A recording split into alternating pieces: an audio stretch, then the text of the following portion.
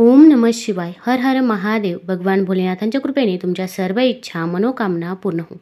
उद्या आहे महाशिवरात्र. या दिवशी जर आपण काही उपाय केले, काही सेवा केल्या तर त्या खूप खूप प्रभावी ठरतात. कारण की या काळामध्ये शिवतत्व हे 1000 पटीने कार्यरत असतं. त्यामुळे आपण जे काही उपाय करू, जी काही सेवा करू तर ती सेवा ही फलदायी ठरत असते. आता महाशिवरात्रीच्या दिवशी आपल्याला उपवास व्रत करायचेच आहे. त्यासोबत सेवा देखील करायची आहे. अगदी तुम्ही कधीही भगवान भोलेनाथांची पूजा सेवा करत नसाल तरी पण आपण महाशिवरात्रीच्या दिवशी उपवास व्रत केले तरी पण भगवान भोलेनाथ हे प्रसन्न होत असतात. कारण की भगवान भोलेनाथ हे खूप भोळे आहे. तुम्ही त्यांची मनापासून पूजा सेवा करा. बघा तुमचे देखील नशीब चमकेल. आयुष्यातील सर्व दुःख, दारिद्र्य, गरिबी दूर होण्यास मदत होईल. आता या दिवशी आपल्याला भगवान भोलेनाथांची पूजा करायची आहे.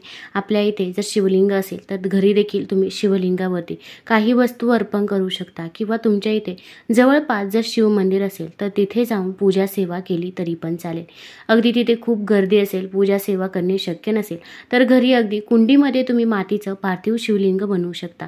आपण स्वामींच्या मुखामध्ये एक वाक्य नेहमी ऐकलं असेल, जय शिवशंकर नमामि शंकर शिवशंकर शंभो, जय गिरिजापती भवानी शंकर शिवशंकर शंभो. त्यामुळे आपण जर या दिवशी भगवान शिवशंकरांची पूजा सेवा केली तर स्वामी महाराज देखील प्रसन्न होणार आहेत. आपल्या आयुष्यामध्ये भरपूर वेळा अनेक अडचणी, अडथळे, संकटे असतात आणि ते काही संपायचं नाव घेत नाही. आता संकट येणारच नाही असं तर होणार नाही, पण आपण संकटाचा वेग मात्र नक्की कमी करू शकतो. तसेच आपण मेहनत तर घेत असतो पण मेहनतीचे, कष्टाचे फळ देखील आपल्याला पाहिजे तसे मिळत नाही. मग आपल्या कष्टाला नशिबाची साथ मिळण्यासाठी, आपल्या आयुष्यातील दुःख, दारिद्र्य, गरिबी दूर होण्यासाठी या दिवशी शिवलिंगावरती कोणत्या वस्तू अर्पण कराव्या की ज्यामुळे आपली इच्छापूर्ती देखील होईल व घरामधील दुःख, दारिद्र्य, गरिबी नक्कीच संपेल. तर हे जाणून घेण्यापूर्वी तुम्ही चॅनलमध्ये नवीन असाल तर चॅनल लाईक करा व सबस्क्राईब देखील करा. कमेंटमध्ये श्री स्वामी समर्थ किंवा ओम नमः शिवाय, हर हर महादेव जरूर लिहा, जेणेकरून आपल्याला भगवान भोलेनाथांचा आशीर्वाद हा मिळेल. आता ही सेवा कोण करू शकतं तर घरातील कोणत्याही व्यक्तीने या दिवशी उपाय व सेवा केल्या तरी पण चालेल. फक्त सुतक असेल किंवा मासिक धर्म असेल तर या काळामध्ये आपल्याला हा उपाय, ही सेवा करता येणार नाही. अगदी या दिवशी प्रत्येक व्यक्तीने शिवलिंगावरती या वस्तू जरूर अर्पण केल्या पाहिजे. आता कोणती वस्तू अर्पण केल्याने कोणते फळ मिळते हे देखील आपण व्हिडिओमध्ये बघणार आहोत. आता आपली जी पण इच्छा असेल, मनोकामना असेल त्या दृष्टीने आपण शिवलिंगावरती या वस्तू नक्कीच अर्पण करू शकता. महाशिवरात्रीला शिवलिंगावर गायीच्या दुधाने अभिषेक करणे अत्यंत शुभ मानले जाते. असे केल्याने संतती प्राप्तीची इच्छा पूर्ण होते, ती व्यक्ती रोगमुक्त राहते. त्याचवेळी जर तुम्ही उसाच्या रसाने शिवलिंगाचा अभिषेक केला तर तुम्हाला संपत्ती देखील मिळते. जीवनाच्या प्रत्येक क्षेत्रात फायदा मिळू शकेल. मानले जाते की असे केल्याने भगवान शिव प्रसन्न होतात, सर्व मनोकामना देखील पूर्ण करतात. तुमच्या घरामध्ये पैसा येतो पण तो पैसा स्थिर राहत नाही, घरामध्ये खूप आर्थिक टंचाई आहे, तर अशा वेळेस तुम्ही उसाच्या रसाने शिवलिंगावरती अभिषेक या दिवशी नक्की करू शकता. जर तुम्हाला छुप्या शत्रूंपासून त्रास होत असेल तर महाशिवरात्रीला शिवलिंगावर मोहरीच्या तेलाचा अभिषेक करा. असे केल्याने तुम्हाला शत्रूंपासून मुक्ती मिळेल, धैर्य वाढेल. महाशिवरात्रीला शिवलिंगावर मधाने अभिषेक करणे अत्यंत पुण्यवान मानले जाते.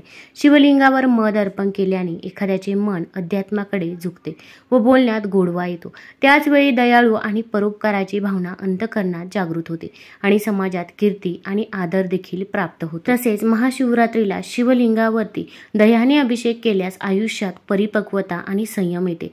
तसेच भगवान शिव यांचा आशीर्वाद मिळतो. असे मानले जाते की दररोज शिवलिंगावर दह्याचा अभिषेक केल्यास येणारे अडथळे दूर होतात.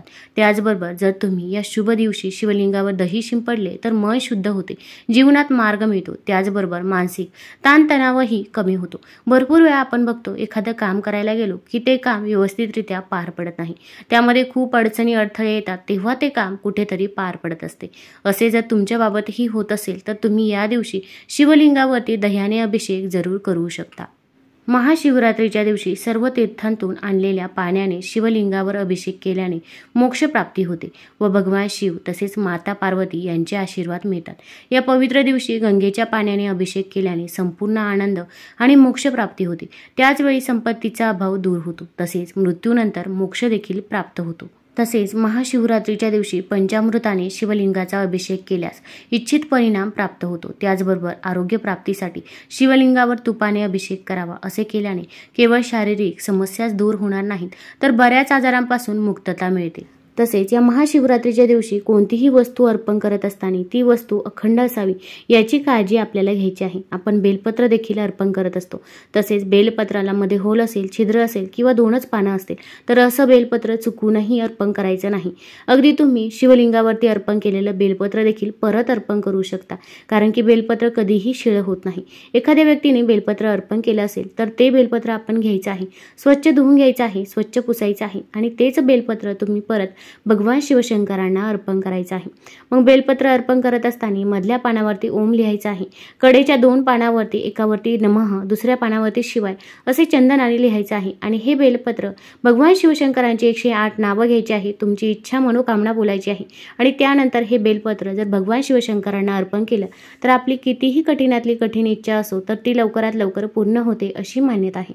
देवाच्या 3 नेत्रांचे प्रतीक आहे बेलपत्र, म्हणूनच 3 पानांचे बेलपत्र महादेवाला अत्यंत प्रिय आहे। महादेवाच्या पूजनात आणि अभिषेकमध्ये बेलपत्र यांचे प्रथम स्थान आहे। ऋषीमुनींप्रमाणे महादेवाला बेलपत्र अर्पित करणे आणि 1 कोटी कन्यांचे कन्यादान करण्याचे फळ हे एक समान आहे। त्यामुळे या दिवशी आपण बेलपत्र जरूर अर्पण करावे। अगदी जर तुम्हाला 108 बेलपत्र मिळाली तर 108 बेलपत्र देखील तुम्ही अर्पण करू शकता। तसेच या दिवशी आकड्याचे फूल देखील अर्पण करायचे आहे। शास्त्रांप्रमाणे शिवपूजेत 1 आकड्याचे फूल चढवणे म्हणजे सोनदान करण्याच्या समांतर आहे। महादेवाला धोत्रा अर्थात धतुरा अत्यंत प्रिय आहे। यामागील धार्मिक कारण हे आहे की महादेव कैलास पर्वतावर राहत होते। हे अत्यंत शीत क्षेत्र असल्यामुळे तेथे उष्णता प्रदान करणाऱ्या आहाराची गरज असते। वैज्ञानिक दृष्टीने धोत्रा सीमित मात्रेत घेतल्याने औषधींचं काम करतं आणि शरीराला आतून उष्ण ठेवतं। भागवत पुराणाप्रमाणे एक धार्मिक कारण हेही आहे की जेव्हा महादेवाने सागर मंथनावून निघालेले विष सेवन केले तेव्हा ते व्याकुळ झाले। हे बघून अश्विन कुमारांनी भांग, धतुरा, बेल इत्यादी औषधे देऊन त्यांचा उपचार केला। तेव्हापासूनच महादेवाला भांग, धतुरा प्रिय आहे। शिवलिंगावर धतुरा अर्पित करत असताना आपल्या मन आणि विचारांचा कडूपणाही अर्पित करावा असे म्हटले जाते। महादेवाचा प्रिय मंत्र आहे कपूर गौर करुणा अवतार, अर्थात जो कापुरासारखा उज्ज्वल आहे। कापुराचा सुगंध वातावरणाला शुद्ध आणि पवित्र बनवतो। महादेवाला हा सुगंध अत्यंत प्रिय आहे, त्यामुळे या दिवशी आपण कापुराने महादेवाची आरती आवर्जून करायचीच आहे। तसे चंदन अर्थात शीतल, महादेव मस्तकावर चंदनाचा त्रिपुंड लावतात। चंदनाचा उपयोग हवनामध्ये देखील केला जातो आणि यातून निघणाऱ्या सुवासाने वातावरण प्रसन्न होऊन जातं। महादेवाला चंदन चढवल्याने मान, सन्मान आणि यश वाढतं। भस्म याचा अर्थ पवित्रतेत लपलेला आहे। ती पवित्रता जी महादेवाने एका मृत व्यक्तीच्या जळत असलेल्या चितेमध्ये शोधली आहे, जी आपल्या शरीराला लावून सन्मान दिला होता। असे म्हणतात की शरीराला भस्म लावून महादेव स्वतःला मृत आत्म्याशी जोडतात। त्यांच्याप्रमाणे व्यक्तीला जाळल्यानंतर त्या भस्मामध्ये जीवनाचा एकही कण शेष नसतो, न दुःख, न सुख, न वाईटपणा, न चांगुलपणा। म्हणून ही भस्म पवित्र आहे, त्यात कोणत्याही प्रकारचा गुण अवगुण नाही। अशी भस्म महादेव स्वतःच्या शरीराला लावून तिला सन्मानित करतात। तसेच या दिवशी आपण तांदूळ देखील अर्पण करायचे आहे। अगदी तांदळाचा 1 दाणा अर्पण केला तरी पण चालेल, पण तांदूळ हा अखंड असावा। तांदूळ अर्पण करत असताना आपली इच्छा मनोकामना बोलून हा तांदूळ अर्पण करायचा आहे। तसेच तिथे बसून ओम नमः शिवाय या मंत्राचा जप 108 वेळा करायचा आहे। यामुळे आपली धनप्राप्तीची इच्छा पूर्ण होत असते। तसेच आपण जर महादेवांना काळे तीळ अर्पण केले तर आपला पितृदोष हा दूर होत असतो।